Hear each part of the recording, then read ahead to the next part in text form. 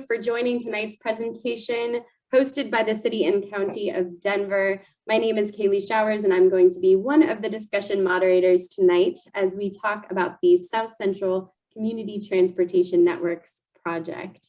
On the next slide, we have Spanish interpretation available for tonight's discussion.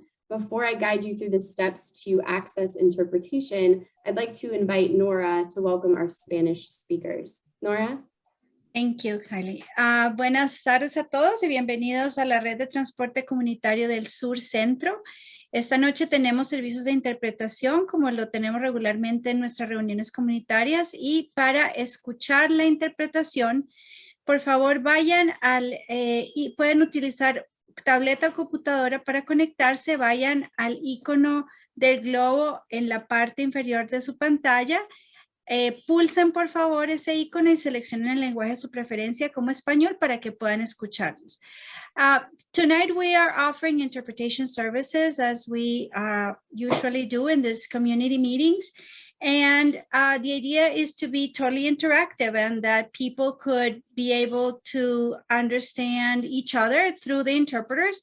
So we're asking everybody tonight, in order to be able to access the interpretation and hear to the comments that will be made in Spanish into your language of preference, even if it's English, to please choose a language of preference. So please go to the globe icon in the bottom right of your screen and select the language of your preference, English in your case, Spanish for those who speak Spanish, and then we're going to be all connected. Thank you.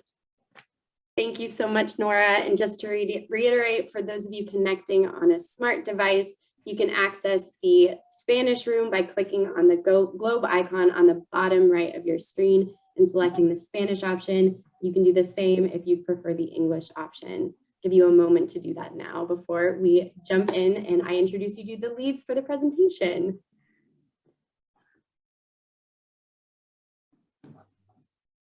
Wonderful. Hopefully you're in the right room. Now I want to introduce you to your leads for the discussion. Tonight, I am joined by a number of transportation experts from the City and County of Denver. You'll hear from Planning PM Walter Scheib and Planning Supervisor David Pulsifer.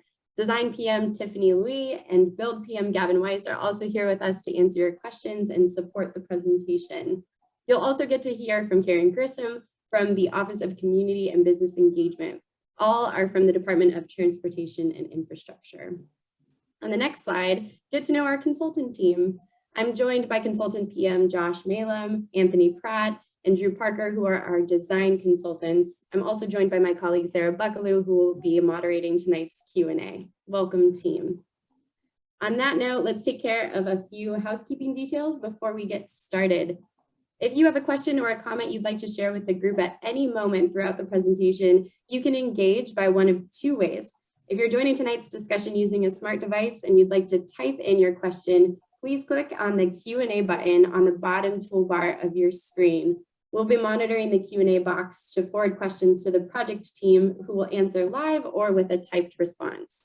We'll also break for open Q&A after each agenda topic and project slide. During those moments, if you would like to ask your question live, please utilize the raise hand button and we will unmute you. If you're joining us by phone this evening, we have a dedicated project hotline that we monitor where you can leave us a message with your question and comment following the meeting. That number is 303-223-6575. Again, that's 303-223-6575. Our goal is to try to answer as many questions as possible during our time together. With that in mind, please feel free to begin engaging now by typing in your questions and comments into the Q&A box. Above all else, it is our priority to make this a safe space for everyone to ask questions and share their thoughts. So please remember to be kind and respectful of others. With that, let's take a quick look at the agenda. First up, you'll be getting an overview of the Community Transportation Network, including program milestones, the complete picture of project goals, including an update on bike miles added to the network over the last year. Next, Walter Scheib will provide you with the South Central project overview, including highlights, changes since the last time we got together, and how your feedback has been incorporated into our recommendations every step of the way. Next, you'll hear from design and transportation experts who will be presenting information on the featured projects of tonight's discussion that are currently at 60% design. We'll end with a final note for open discussion and leave you all with opportunities to stay connected and to continue to provide your feedback, including a survey tool that launched today. As I mentioned earlier, after each agenda item, we'll be pausing to answer your questions. So please, again, as a plug for the Q&A, start adding those questions into the box now so we can get to all of them. Now I'm going to pass things over to the project team to get us started and provide the Community Transportation Network overview.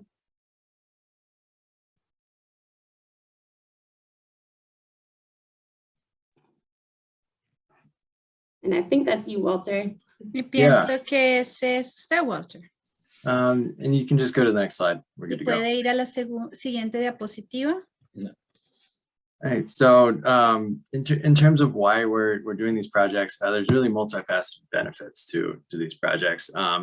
Really looking to improve safety for all roadway users, provide options beyond just driving a car that are also healthier, more sustainable, and can help create a more economically strong city. And then our goals for these bikeways is to also make sure that they're safe and comfortable and enable more options for people to get around. Next slide, please.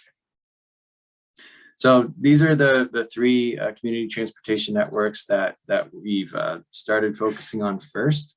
So the goal is rapid build out, starting in these three areas of the city. And these projects kicked off in 2020. Some are beginning to install this year, which we'll detail a little bit more. And then beyond these three areas are really just the start, and we'll be having more community transportation networks starting next year. So today, of these three, of Northwest Central and South Central, we'll be focusing on improvements within South Central. Next slide.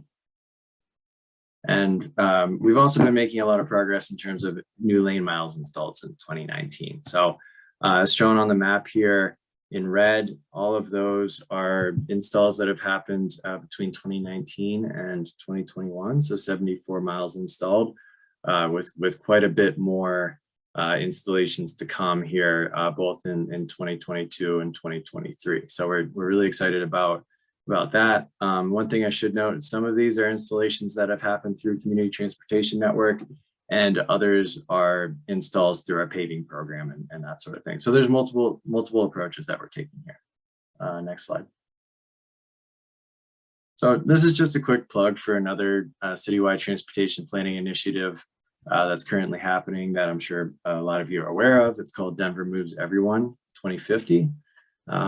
So the Denver Department of Transportation and Infrastructure is leading this citywide plan, and it's identifying transportation solutions that will essentially make it easier to get to where we want to go. It's a 2-year process that'll be ending in November of 2022, where the city will be working with the community to prioritize safe and equitable transportation solutions for Denverites. And we're looking to improve overall the movement of people and goods and services throughout the city and make sure that everyone has access to everything they need. And we're looking for people to get involved. You can get involved and take the survey by visiting denvermoveseveryone.com to provide input on this important project. And one thing I will say is this isn't just a typical survey. It's very interactive and actually gets a little bit into the thought process and trade-offs involved when prioritizing different types of transportation projects and different types of material that are used on a bikeway, that sort of thing. So it's a really interesting way to look at prioritizing projects and looking at different costs and constraints and that sort of thing. So I'd encourage anyone who's interested in taking a look at that to go to denvermoveseveryone.com and take that survey. Next slide. At this time, we'll just take a few moments for questions. If anyone has any, again, you're welcome to use the Q&A box to enter your question for Walter regarding the slides that we just went over. Or if you'd like, you can also raise your hand and I'll give you the option to unmute and ask your question aloud. First question, Walter. Maybe you could address this for us. How does DOTI prioritize neighborhoods and streets that are eligible for bike facilities? Sure. So the guidance starts with Denver Moves Bikes, which was first developed in 2011 and then updated in 2016. And that has identified and prioritized a variety of streets throughout the city for the network and improvements to it. So that's the starting point. And then from there, like I said, the goal of the CTNs is to rapidly build out the network in those areas. And all of the CTN processes start by validating what's already been identified in Denver Moves Bikes and seeing if that works. And if not, from there can be tweaks made to the routing of a bike facility or the type of facility, for example, that sort of thing. So it's a process that has had a lot of community engagement over the years, and is something that we constantly iterate. That's one way. And then another that I'll mention as well is the city's paving program. So there's annual paving that happens throughout the city. And if we have bikeways, or for example, if there's a sharrow in an area that's going to be repaved, we'll look into what new and better facility can be put or incorporated into the roadway as paving happens. So it's sort of a 2-for-1. You get newly paved roadways, and you also get new bike facilities in. So those are 2 examples there. Thanks for that question. Good, thank you. And what happens after 2023 and these 125 miles are added? Yeah, so I would say the 125 miles by 2023 goal was a goal of Mayor Hancock, and then we're confident that is going to be not only accomplished but exceeded by the end of 2023. And then from there, we have many more miles of bikeways that are currently planned for development. So the goal is to continue getting funding by showing that we can prove out actually doing these installs, and then from there, hoping that the priorities of the new administration continue to take either the CTN approach or another approach to build out even more miles throughout the city. Good, and that sort of addresses our final question for this section, which is, when will DOTI expand into other regions of Denver, Southwest, Northeast, Southeast, et cetera? Are there any specific regions that are on the docket? Yes, so for the next 2 CTNs will be, the first one is in Gloveville, Elyria, Swansea neighborhoods. So in the north central part of town. And then the other is what we're broadly calling the West area. And that is primarily where the West Area Neighborhood Planning Initiative was just completed. They did a lot of the network and network confirmation work and that sort of thing already. So we'll be able to go in and use all that great work that they've done with the community over the last 2 years and be able to pretty quickly get moving on working with the community there and ensuring that that we can get installs in that area. So just to reiterate, Gloveville, Elyria, Swansea neighborhoods, and then also the West area. Thank you. Those are all the questions that we have for now. But as a reminder, again, some people are joining in a little bit later. So we are taking questions both in the Q&A box, and you may also raise your hand. If you choose to raise your hand, we can actually unmute you and you can ask your question to the group aloud. So please, we highly encourage you to do that. We'll go ahead and hand it back over to Walter for the next section here. Thanks, Sarah. Great, so let's just jump into it. On the next slide. So as a reminder, this is South Central CTN. It's 12 connected neighborhoods with almost 40 miles of planned facilities that will be installed in the coming years. You can see all the planned facilities here on the map. And then the highlighted ones on the map are the planned facilities. And then in terms of current bike routes to this area, it doesn't really create a true network today. There's a lack of both north-south and east-west connectivity. So we're excited to be able to rapidly build out the bike network across these neighborhoods here in the next few years. Next slide.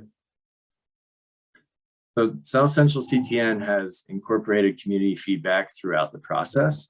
Our team has previously completed a variety of stakeholder meetings and also multiple rounds of community meetings, just like this one that we're in right now, along with weekly office hours that have been available throughout. throughout the engagement process since early 2020. We've also gathered public feedback during the concept development phase, which is earlier on through community surveys, and then during the design phase through the Pkwyl interactive mapping tool, where community members are able to provide feedback on specific design elements. And that opportunity will actually be happening again. And I'll have a few more details on how you can access the Pkwyl mapping tool later in the presentation. Next slide. This outreach has resulted in thousands of data points of community feedback throughout South Central CTN, from both the community surveys and the Pkwyl interactive mapping tool, and also special briefing sessions with RNOs and other stakeholder groups in the community. We're also partnering, happy to say, for this meeting with Dottie's Office of Community and Business Engagement, or OCBE, on this and other multimodal transportation projects throughout the city.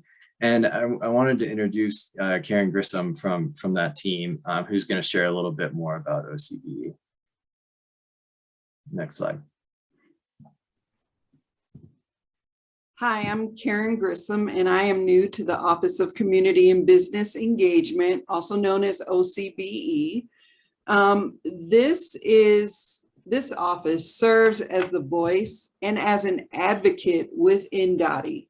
So our goal is to always engage businesses and residents in our neighborhoods with the focus on historically excluded communities, ensuring that our projects and programs are responsive to community needs and desires, and with an attempt to gain support for what's happening in the community, and really with an emphasis on elevating the voices of those who are out here, who are traveling to and from work, and live and exist in these areas where the projects take place. So that is our goal.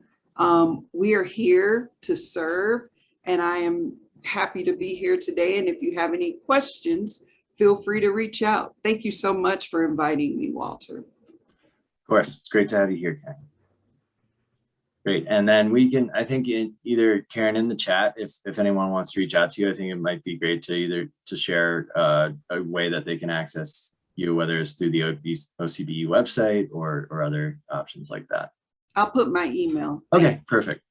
That sounds great. Cool. So before looking at the phase 2 projects that are in design, I first wanted to take a step back to phase 1 and provide an update on projects that have final designs and are going to construction. All projects on this list are currently going through the construction bid process late this spring and then potentially into early summer. And what that means is installation of these projects will begin this year and then be sequenced out to continue into 2023. These projects were all part of our first round of engagement that happened between spring 2020 and spring of 2021. On the next slide, this is phase 2. This is a list of projects that are currently in the design phase at 60% design. So the ones in green are the specific projects that will be providing updates on this evening. And then the purple corridors were discussed during the May 3rd meeting. So beyond these brief updates today, there will be Q&A during this meeting where you can ask specific questions about each of these corridors. And then there's also the opportunity to take a deeper dive if anyone wants to join during office hours with me and other Dottie team members. We'll have those available in the coming weeks. And then currently, as I mentioned, Pkwyl is open. We'll have the link to that a little bit later on in the meeting, but you can provide comments over about the next 3 weeks or so, not only on the corridors we're talking about tonight, but every corridor that you see on this list. So in terms of next steps, we'll incorporate all public feedback over the coming weeks and months here. And then the goal is to be at 100% design by late summer with construction time frame for these projects in 2023 and 2024. Next slide. One last thing here. for multimodal improvements, as part of the public feedback process for CTN related to the bikeway corridors, we also gathered feedback from the community on unsafe intersections and corridors for those who are walking and rolling through the South Central CTN neighborhoods. This map shows locations where multimodal improvements were prioritized by community members. And these improvements, they really range from lower cost fixes to fix minor issues, all the way to more comprehensive studies that will help prioritize safety improvements through future funding in the coming years. And one other thing I will mention is in North Cap Hill and parts of the Golden Triangle area, there's also an even more extensive process going on in those neighborhoods. It's the NTMP program, which was presented at our May 3rd meeting. There's a survey to look at a variety of other projects that are being proposed for walking and biking, or for walking and rolling improvements in those neighborhoods. And I'll make sure that the link to that survey is also shared out. So that's it for me for this slide.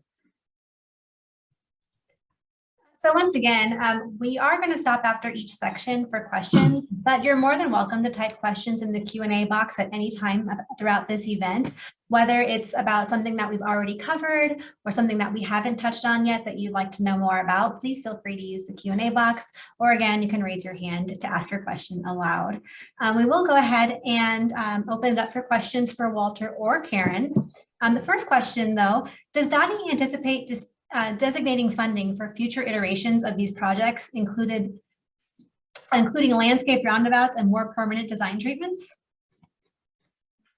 Yeah, that's a great question. And in terms of South Central, or the community transportation network in general, the goal was rapid build out first, and to be able to build far and wide. And as part of that, it led to using temporary materials to start. Just to make sure we were able to effectively cover that ground, because with permanent materials, we want to be able to build as many miles as we currently are. But it is a continual improvement process, and not only in terms of understanding how our designs work and what's effective for example, with the neighborhood bikeway and what's not, but also just seeing, once we know that a design works, there are instances, assuming that there is funding, to put more permanent materials in place where there's currently temporary materials. Good. And what conditions does Dottie examine when determining if a street is a safe location for a bike facility? Sure. So that in terms of first taking like a higher level view at it, you look at network connectivity and where there's gaps in the network today. If they're, for example, if you're looking within a half mile or a mile or maybe a little more, and there's no other bike facilities in that area, you're looking to fill those gaps. That's the most important thing. And then you're looking at challenging crossings and major arterials that you may have to cross and that sort of thing. And then when you're actually gathering data on the individual corridor, you're looking at vehicle volumes, so the number of vehicles going through the area per day, vehicle speeds, if you're getting higher speeds that aren't safe, that sort of thing. And then roadway width, all those sorts of constraints, just to see, based on how wide the right of way is, how many cars are going through there each day, the number of, or the speed of the vehicles was the third one. Just having all that information, you can really sort of start to triangulate what sort of facility is appropriate for that area, and what sort of facilities are able to be added in. So those are, at a high level, those are a lot of the criteria that we consider.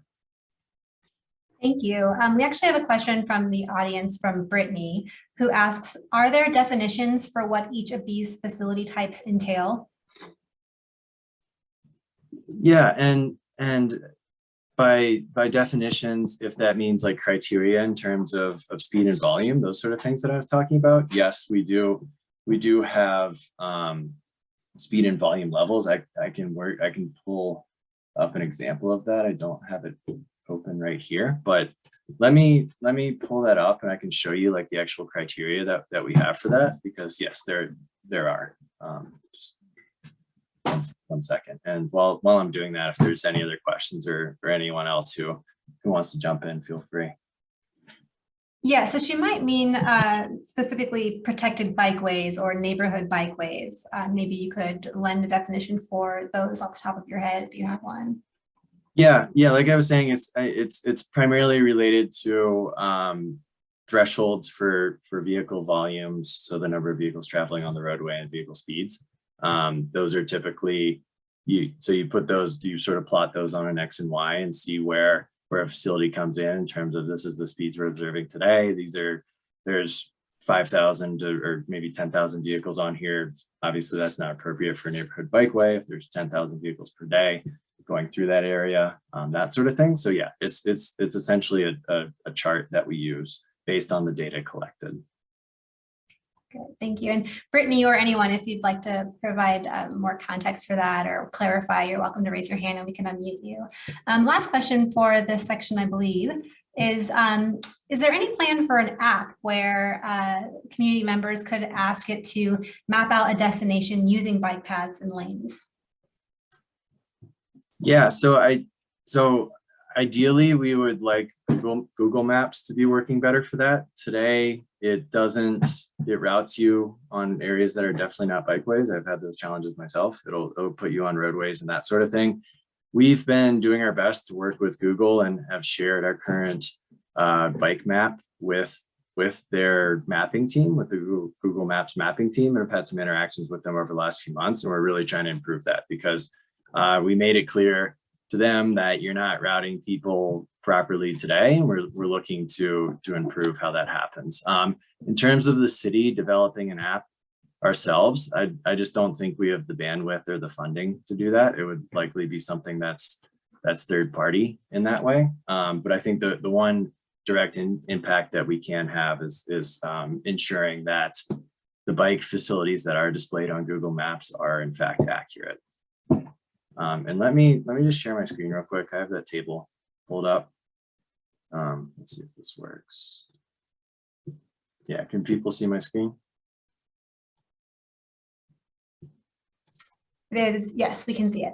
Yeah, so this is essentially that table. So again, on one axis, we have volume, so the number of vehicles per day, and this is in thousands of vehicles, and then the speed of those vehicles. So if you're looking at a facility and you see that there's about 2,000 vehicles per day, and they're typically going about 25 miles per hour, you're pretty well within that neighborhood bikeway, within the bounds of that.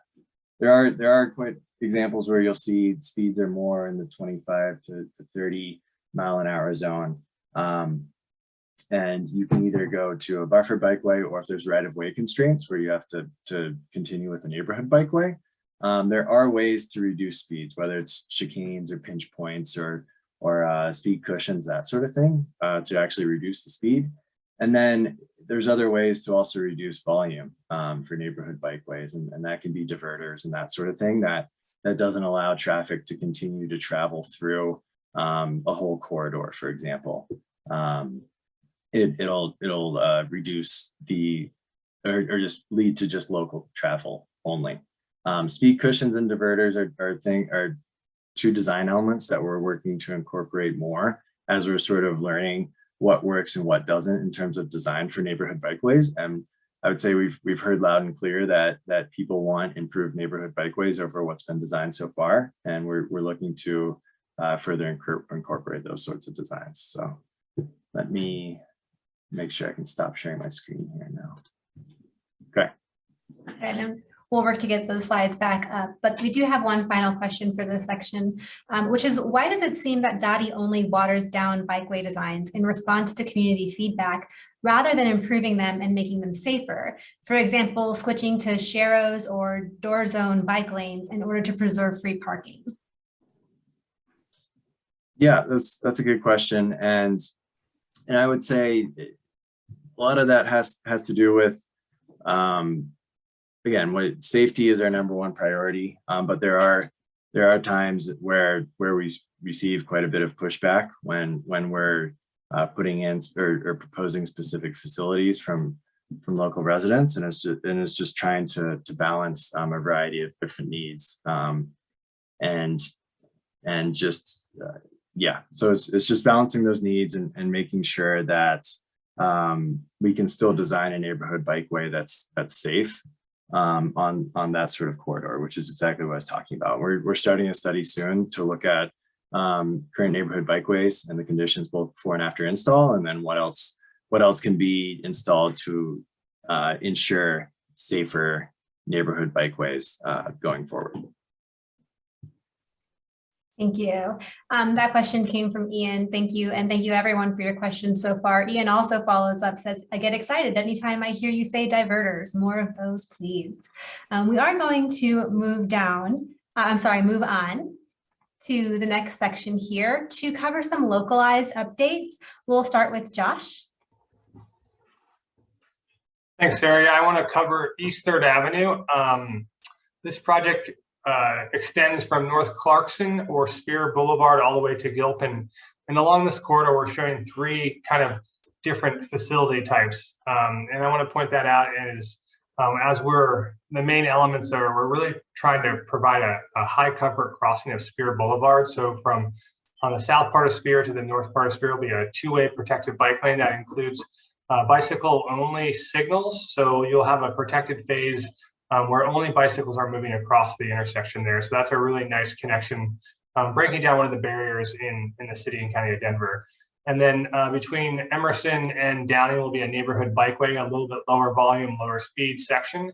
And one of the main things to point out here too is this section from Downing to Gilpin was also initially a neighborhood bikeway, but based on community feedback, their preference is to have a dedicated or conventional bike lane, and there is space to do that. So we are providing that from Downing to Gilpin. Some of the other kind of benefits of this corridor is actually providing a nice lower speed, lower volume connection to the Cherry Creek Trail. If you guys know this section, riding the Cherry Creek Trail next to the country club can be a little stressful. So this is a nice alternative to travel within the neighborhood. Next slide, please. Or actually, I should say, we're going to pause there now and take any questions about East 3rd Avenue. Thank you, Josh. Yes, if you have questions, you can raise your hand or type them in the Q&A. And if we move forward, but you think of a question or you don't get it in time, we're happy to circle back. So it doesn't look like any are coming in right now. Oh. We'll go ahead and move forward to 2nd Avenue, North Clarkson. Thanks, Sarah. So the next corridor we wanted to talk about is 2nd Avenue and North Clarkson. And this is just a continuation of that 3rd Avenue corridor that Josh just talked about to the west. So you can see it goes from Spear Boulevard, the Cherry Creek Trail on the east side, all the way over to Galapago Street on the west. And similarly, this is going to have a couple of different treatments. It's going to have a 2-way bike lane along Clarkson Street, and then connecting down to 2nd Avenue over to Washington Street. And the reason for that is because Clarkson/Emerson Street is only northbound for motor vehicles, but we want bicycles to be able to travel both north and south and be able to connect from that 2nd Avenue to that 3rd Avenue facility. So then moving west from Washington, it'll transition to a neighborhood bikeway and primarily have traffic circles, curb extensions, and actually there's an existing median diverter at Logan Street that help keep the volumes down. So that's the general plan for this one, and I'll pause for questions. Thank you, Drew. We do actually have a question for you. Will the 2-way section across Spear complicate the design of the future 1-way protected bike lanes on Washington and Clarkson? That's a great question. I don't know if Walter, you have any more insight into that one, but I could. I'm sure it'll be considered in a way that will make everything work. Is I know that's not the best answer, but I think we'll design around what's already installed in the area, and if there need to be modifications to make that work, then there will be modifications at the time. But yeah, I appreciate that question. I don't see any others coming in for this specific project. We will also have, if there are general questions, we'll open it up for that at the end of this section as well. But for now, we'll go ahead and move forward. So then the next corridor we wanted to talk about is East Virginia and East Dakota, the neighborhood bikeway. And this connects from Alameda Station on the west side over to kind of north of Wash Park on the east side on South Marion Parkway. This is primarily a neighborhood bikeway for the entire segment.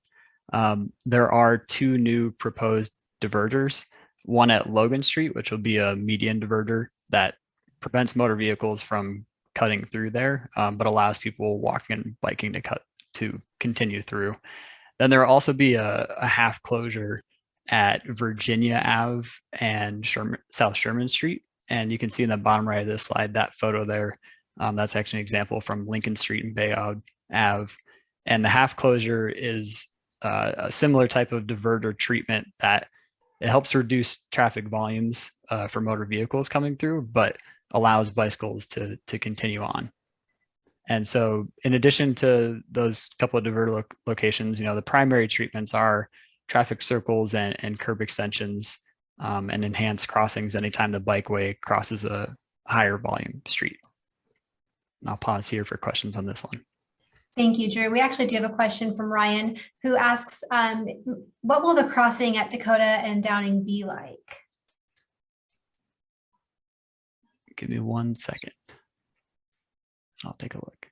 Yeah, I was actually trying to pull up the 60% plan too, so we could share that. I believe it's a RRFB, a rectangular rapid flashing beacon, but if I'm wrong, we'll find out in 1 second.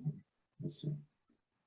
Yeah, I believe that's the case too. I know for sure there'll be curb extensions. And yeah, I think you're right, Walter, that it's.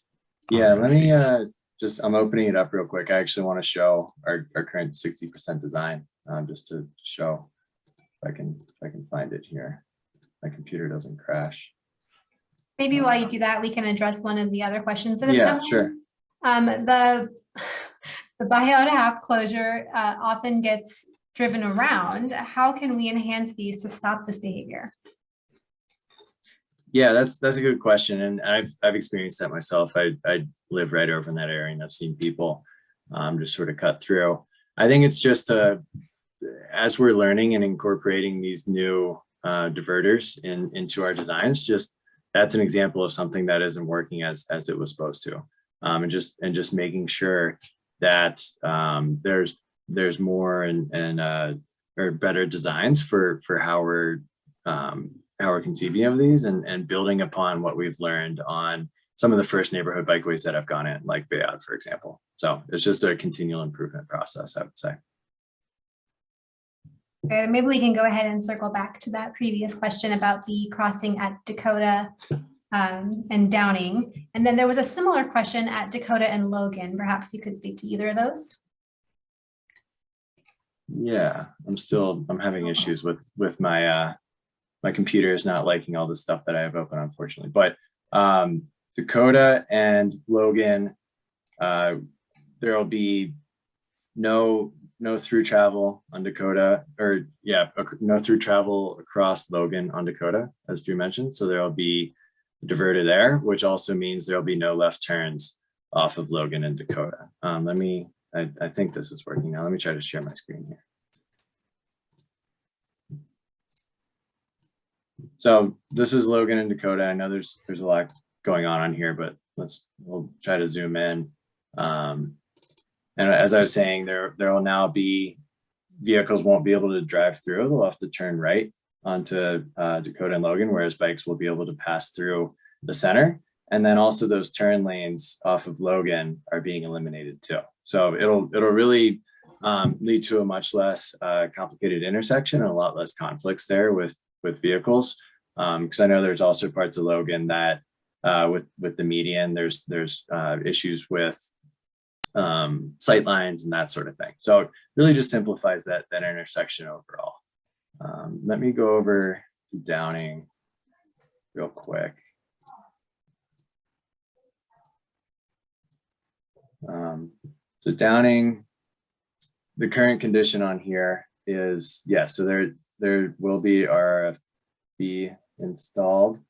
So it'll be a two-way stop coming across, and then yeah, RFB in each direction. So you'll be able to hit the button and cross safely there.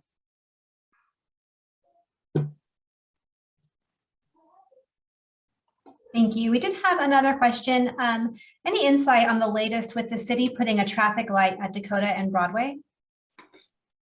Dakota and Broadway. I don't know that one off the top of my head. I'd be happy to look into it though. We have a whole signalization process in terms of prioritizing what goes first and that sort of thing. And if that was a signal that has already been approved, it can sometimes take a year or two to actually get it up in the queue to be installed. I don't know if that's the case or not, but I'd be happy to look into that. Thank you. We do have a few other questions that have come in, and our teams will try to type answers. And if we aren't able to get to them, we do have another section for questions later on in the evening. For time's sake, we'll go ahead and move forward to the East Florida corridor, and that will be Josh. Great. The extent of this is from South Sherman to Pkwyl Boulevard South, and this will be a neighborhood bikeway. It's going to provide a nice connection to the South Pearl Business District, also the Platt Park Recreation Center, and we'll kind of provide a nice lower speed connection east-west in the area, which is kind of lacking right now. I would say the major addition that we're going to see here is at the Downey at the Logan crossing. There's currently an RRFB there, a beacon where you can actuate that by pushing the button, and then you get a random flashing light to inform drivers that there is crossings occurring. We're going to be adding a median in the middle of the road there to allow for two-stage crossings, just in case vehicles don't yield to pedestrians as they're crossing. So I'll pause there and see if there's any questions regarding East Florida neighborhood bikeway. Thank you, Josh. Yeah, we'll give people just a moment to type in their questions.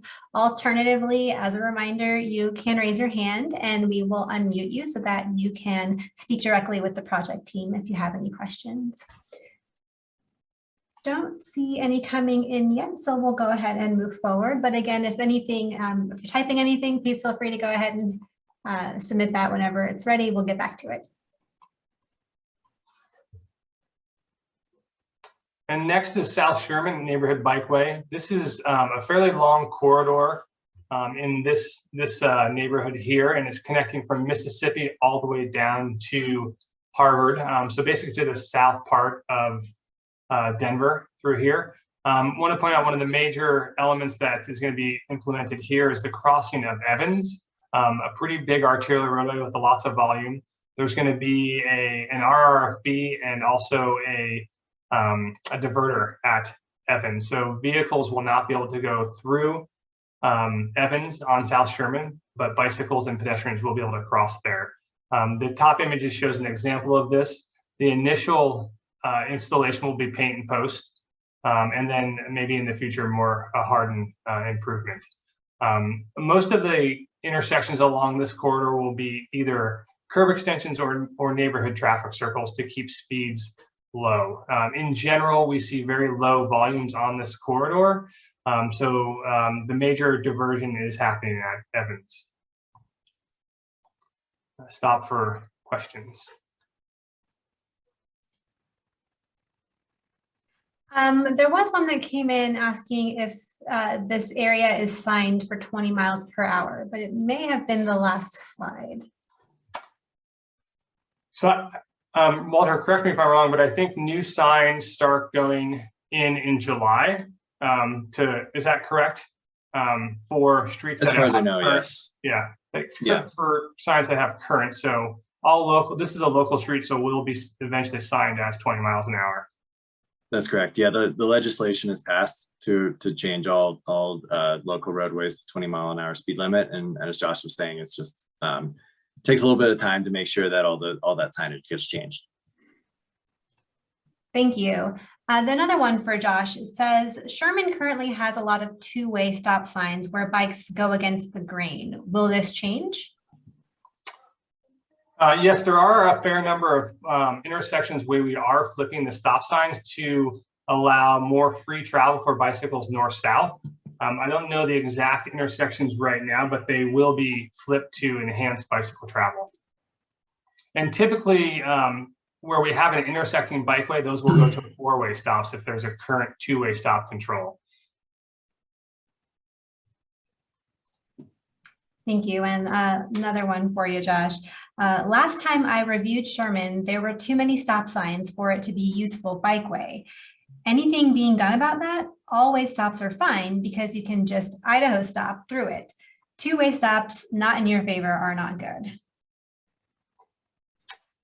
I think what we've done is try to enhance bicycle travel north-south on the corridor. So last time I looked, there are still a few north-south stop signs, and typically they're at larger streets like collectors or arterials where we want the bicycles to make sure it is clear for them to cross.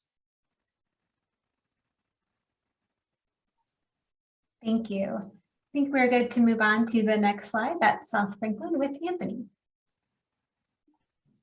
The South Franklin's street project is a proposed neighborhood bikeway that extends the existing bike facility that currently terminates at Pkwyl to the south to provide a connection to Dartmouth. This project will provide a north-south connection through the university neighborhood, connecting key destinations like the DU campus, the University RTD station, the Washington Park neighborhood, and the city of Inglewood. It also provides connections to the Harvard Gulch Trail and other existing proposed bike facilities.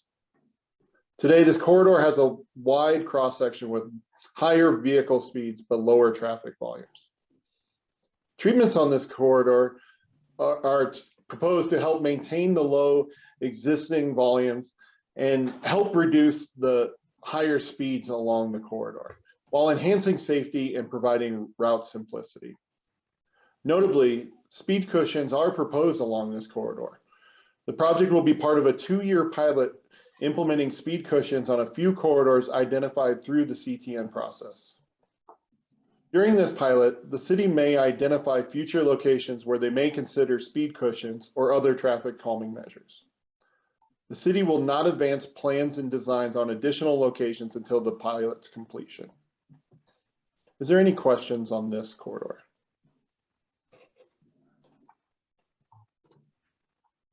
Thank you. You are much better at speaking slowly than I am. If you have any questions, please feel free to enter them in the Q&A or raise your hand. For time's sake, we'll go ahead and move forward, but if any enter the Q&A box, we will ask that following.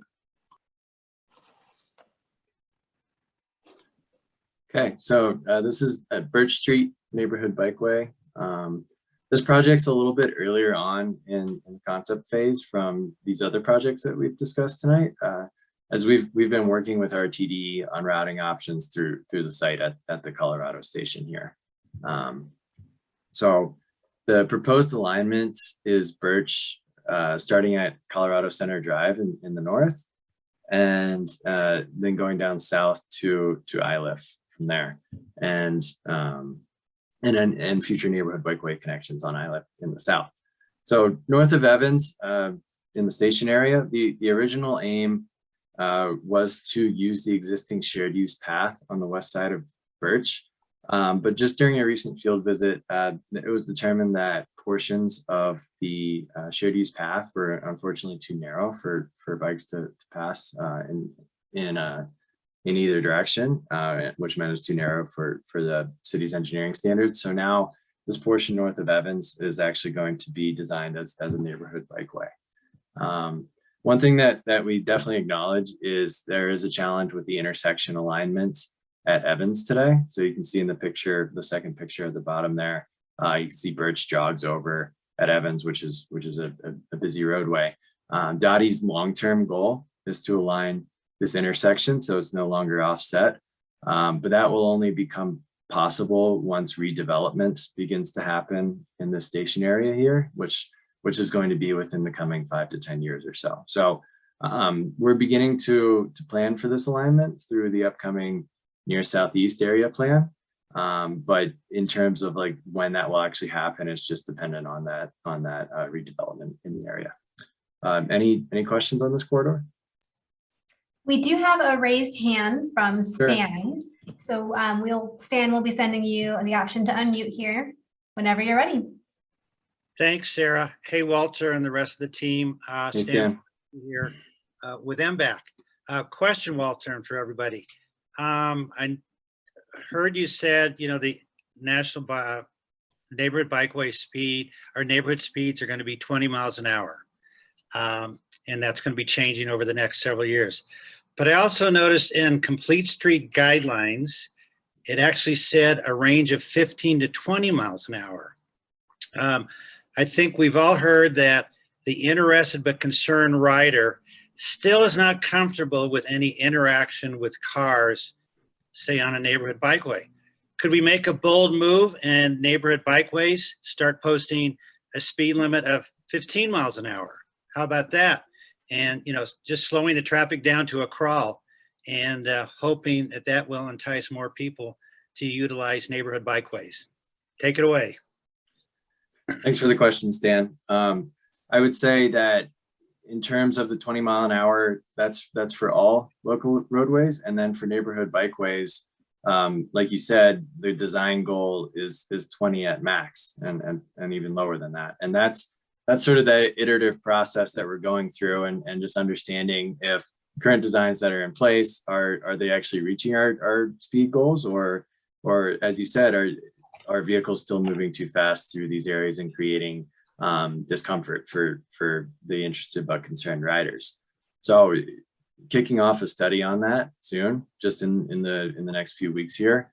And we'll be looking at if our current designs are meeting those speed goals, or if there's things that can be done to improve on those designs. And by improve, I mean like reduce speeds and reduce volumes, that sort of thing. And Stan, I would say in terms of your position on MBAC, we'll actually be having the project manager of that project coming to present to MBAC in July. So you'll have that to look forward to, and we'll actually be able to ask specific questions about that at that point there. Okay. Stan, thank you so much for asking your question. We really appreciate it. We do have another one, Walter, which is there were previous concerns with Iowa not having enough room for bike lanes. How was this resolved? Yes, so if it's the portion of Iowa like west of 285, or yeah, like west of 285 in the train track. So the idea there is now it will jog north on Acoma up to Florida. I think that's the portion that's being referred to here. It's like sort of near Platt Park area. Yeah, so there'll be a jog north and then a jog to the east along Acoma through that area. Thank you. Another question, why are we still installing unbuffered bike lanes next to the door zone when we know they're not safe or the best practice? Yeah, that's obviously not an ideal condition. I think we do our best to avoid that if possible. And in terms of high comfort facilities, we don't consider a typical bike lane a high comfort facility at this point. So unless there's just a ton of constraints and that's the only option to make a connection through the network, we're looking ideally at neighborhood bikeways on our local roadways, and then PBLs, protected bike lanes on roadways with higher volumes and speeds and that sort of thing.